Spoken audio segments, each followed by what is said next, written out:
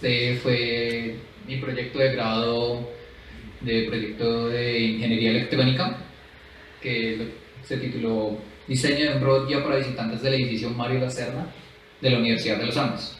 Este proyecto se desarrolló el semestre pasado en conjunto con Carlos Andrés Quintero, que pues ahorita está haciendo su doctorado en Fulbright en Texas, en Houston, y con el profesor Fernando de la Rosa.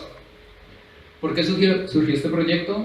Realmente, actualmente pues, la universidad recibe muchos visitantes, contratistas, proveedores y otras muchas personas que no conocen las instalaciones de la universidad. En especial pues, el edificio Mario Lacerna y el edificio W son los edificios en los que más llegan, y muchas veces los planos que tenemos de construcción de estos edificios o que se encuentran de ayudas visuales en algunos de los pisos no necesariamente muestran cuál es el estado actual de los edificios. Se han presentado diferentes actualizaciones y modificaciones en la estructura como tal y la disposición de los salones. Entonces, la idea del objetivo general fue el diseño e implementación de un sistema autónomo que le sirva a los visitantes como un guía confiable y seguro dentro del edificio, utilizando un robot móvil y ROS, la plataforma de robótica móvil y un sistema operativo que corre sobre Linux, sobre Ubuntu. De esta manera, pues, los equipos con los que se utilizó fue el robot diferencial P3DX, que está abajo en el laboratorio Colibri, que tiene un láser ORG que tiene un alcance de hasta 4 metros, y pues todo esto está en el laboratorio, y utilizando la plataforma propietaria del robot, que desafortunadamente en este momento ya no cuenta con soporte, salió en febrero de soporte la plataforma Mobile Robots, y utilizar ROS. ¿Por qué utilizar estas dos? Mobile Robots, como le digo, es la plataforma propietaria del robot, está optimizada, pero corre en Windows únicamente. Y ROS es un sistema, un marco de referencia de un sistema operativo especializado en robótica que permite hacer la utilización de diferentes bloques funcionales para la construcción. En este caso se utilizó Rosaria, que está basada en la parte del sistema propietario, Gmapping, que permite hacer la construcción de mapas, y Navigation Stack, que pues, trabaja todo lo que tiene que ver con la planeación y movilización del robot. Ya teniendo en cuenta esto, la metodología que se siguió para el proyecto fue, en un primer lugar, encontrar las restricciones que se tienen para este proyecto, todo lo que tiene que ver con el robot, movilidad, un primer diseño de la solución, ver cómo se va a desarrollar los siguientes pasos, realizar el mapeo pues limitando el espacio que se va a trabajar, realizar unas primeras pruebas de navegación para comprobar que los algoritmos estuvieran funcionando de manera adecuada, y finalmente realizar todo lo de experimentación. Dentro de estas primeras restricciones que se encontraron fue una parte del robot. El robot inicialmente estaba soportado en una red única que se llama Robots, que estaba limitada al sótano del edificio, y el área circundante al laboratorio Colibri. También pues, esto viene con la parte de conexión. Inicialmente pues, estaba limitado, posteriormente pues, se decidió hacer la inclusión de una Raspberry Pi que esté incorporada, pues montada sobre el robot, que permite tener una comunicación mucho más directa de toda la información de los datos del robot y del láser. Y finalmente, pues, uno de los problemas que había en ese momento eran las baterías, que pues, cuando se empiezan a descargar, ya toda la información no es confiable dentro del robot. Entonces tenemos una restricción de cuánto es el límite de horas que podemos utilizar. El diseño inicial de la solución fue este. La idea era utilizar la información proveniente de los láser y el encoder del robot para enviarla a ROS, a través del paquete del nodo Rosaria, y con esto utilizar toda esta información dentro de Gmapping, que hace la parte de mapeo, el Navigation Stack, que permite tener la información para los movimientos, generar unos mapas dinámicos y estáticos del robot teniendo en cuenta esto, hacer la planeación teniendo en cuenta un modelo de Monte Carlo adaptativo, para devolver toda la información a los motores, hacer el movimiento y a la vez estar monitoreando todo el proceso con la cámara del robot a través del navegador. Esto fue como la propuesta inicial de la solución. ¿Qué se tiene que tener en cuenta en este caso? Pues al principio las consideraciones que se hicieron para la construcción del mapa tienen en cuenta todo lo que tiene que ver con cómo estamos ubicando y cómo estamos moviendo el robot dentro del mapa y cuáles son las transformaciones que nos interesan. En este caso nos interesan las transformaciones de rotación y traslación, que finalmente nos dan una matriz de covarianza que ubica, teniendo en cuenta cuál ha sido el movimiento del robot, cuál es el error en el cálculo que se está haciendo de la posición respecto a un marco de referencia que se tiene. ¿Esto en qué se traduce? En que nosotros tenemos una referencia del mapa, que es fija, una referencia de odometría que hace el cálculo del error entre este mapa y donde está ubicándose el robot, cuál es de su origen, y las ubicaciones reales en las que está la base del robot y el marco de referencia del láser. ¿Todo esto para qué? Para tener esta escala en la cual el mapa nos da realmente la información de dónde está la odometría, cuál es el error que se está teniendo de esta ubicación del robot, del centro de giro del motor y la ubicación del láser. Inicialmente se tuvo que hacer un proceso de calibración para determinar realmente cuáles eran los parámetros que nos daban la diferencia inercial entre las ruedas del robot, cuál era el factor de deslizamiento entre las ruedas y el piso que se tenía, porque hay unas consideraciones con el piso de abajo que suele ser bastante encerado, lo cual pues, hace que haya un deslizamiento mucho mayor a un piso como el que tenemos en el auditorio, que es un tapete. Y pues realmente comparar cuál es la posición real y la reportada por el robot, calcular este error y ya determinar cuáles son estos factores. El procedimiento que se siguió fue ubicar el robot dentro de un espacio en el cual tiene una separación entre puntos de referencia a 1 metro, moverlo cada metro, ver cuál es este error para ya encontrar cuál es la diferencia y los factores de deslizamiento, lo cual nos dieron estos parámetros de calibración. ¿En qué se traduce realmente? En que no vamos a tener errores como los que se presentan acá.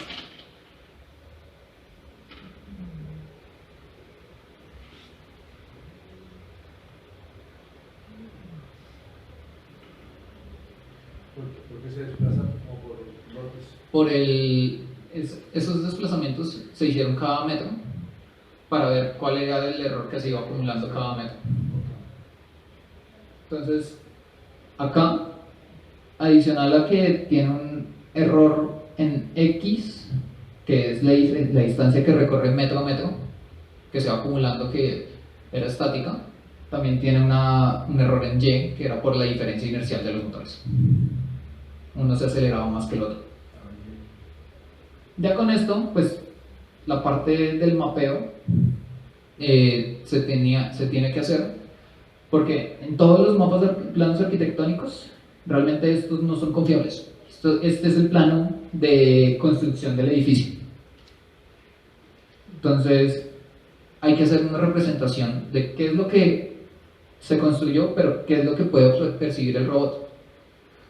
En este caso el láser está ubicado en una posición elevada respecto a un marco de referencia que no está ahí. Entonces, obstáculos como las escaleras no detecta el primero, sino detecta el segundo o tercer escalón. ¿A qué corresponde esto? A que haciendo una teleoperación del robot, controlando el robot de manera manual a una velocidad lenta, que lenta en este caso significa 1 metro por segundo, se hace la construcción del mapa obteniendo que dentro de un espacio de referencia alrededor del laboratorio Colibrí, que es este espacio acá, y unos pasillos largos que se tienen, se obtiene esta representación de este espacio dentro de las coordenadas del robot. Entonces, espacios como las escaleras que están acá, realmente se ven unos puntos pequeños acá, que son los que se hacen referencia, y aquí, en esta sección, hay un desplazamiento porque aquí hay ubicados unos lockers que no estaban considerados en la construcción original del robot. Con esto, pues ya se puede hacer todo lo que tiene que ver con localización y mapeo simultáneos con todos los algoritmos de SLAM. En este caso, pues se tiene que tener en cuenta que ya tenemos la información necesaria para hacerlo. Entonces, tenemos la información de los sensores, de la odometría, un mapa generado dentro de las coordenadas y lo que puede ver el robot, y otros datos adicionales que pueden ser importantes, como puntos estratégicos para avanzar a ellos. Esto que nos hace que tengamos una planeación global y una local, porque la global nos da una ruta general que hay que seguir, y la local nos permite hacer la detección de obstáculos inesperados como personas. Entonces, con esto, pues, la idea era hacer 2 experimentos, enviando el robot a puntos estratégicos que no tuvieran casi obstáculos, pero que estuvieran lo suficientemente lejanos para ver cuáles eran los errores en toda la ruta que se trazaba. El primer punto fue el almacén de ingeniería electrónica, tomando como partida el laboratorio, un punto interno en el laboratorio de Colibrí, y otro al final del pasillo, justamente enfrente de Colibrí, que queda cerca de los laboratorios de ingeniería química y un laboratorio que es la centrífuga de ingeniería civil.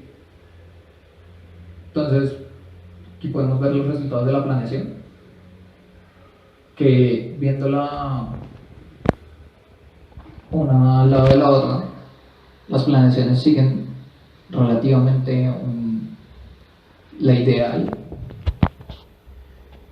en ambas rutas. Sin embargo, por el algoritmo de Monte Carlo, tiende a hacer la planeación fijándose y uniéndose, pegándose mucho a las paredes cercanas que tiene, como para tener todavía una referencia.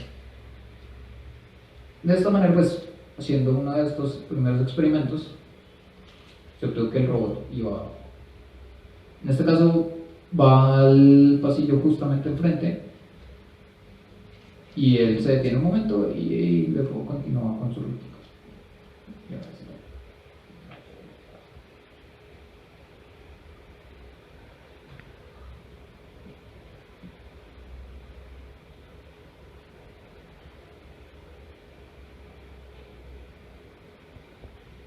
Entonces, ¿qué está haciendo el robot en este caso? El robot está ubicando diferentes puntos que le sirven como guía, en este caso las paredes, para seguir esta ruta de la mejor manera posible. Una vez él detecta ciertos errores en la orientación, él los reajusta teniendo en cuenta estas referencias que ya presenta.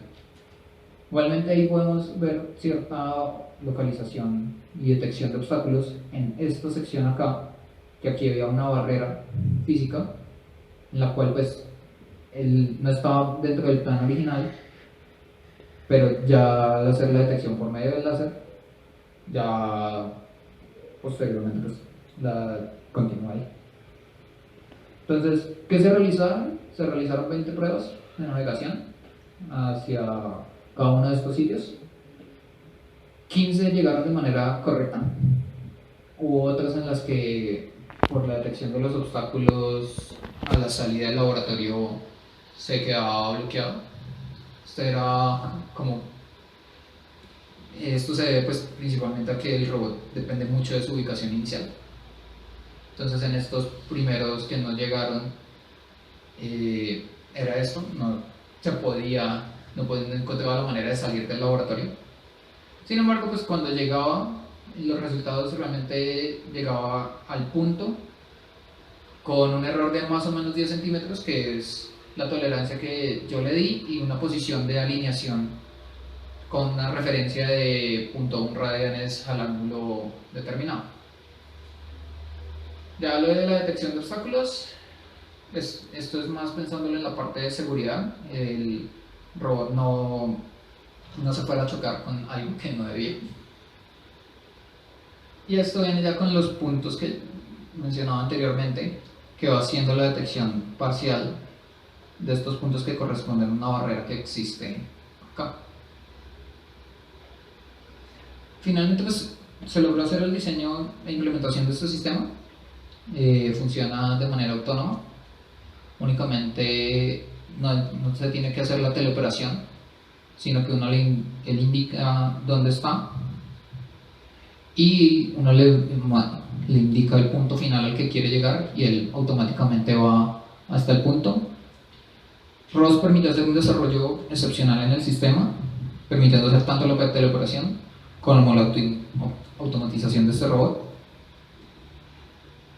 En este caso, pues, es importante recalcar que la información de los datos debe estar lo más cercana posible a donde se está haciendo la planeación. ¿Esto qué quiere decir? Inicialmente se hacía a través de la red Wi-Fi.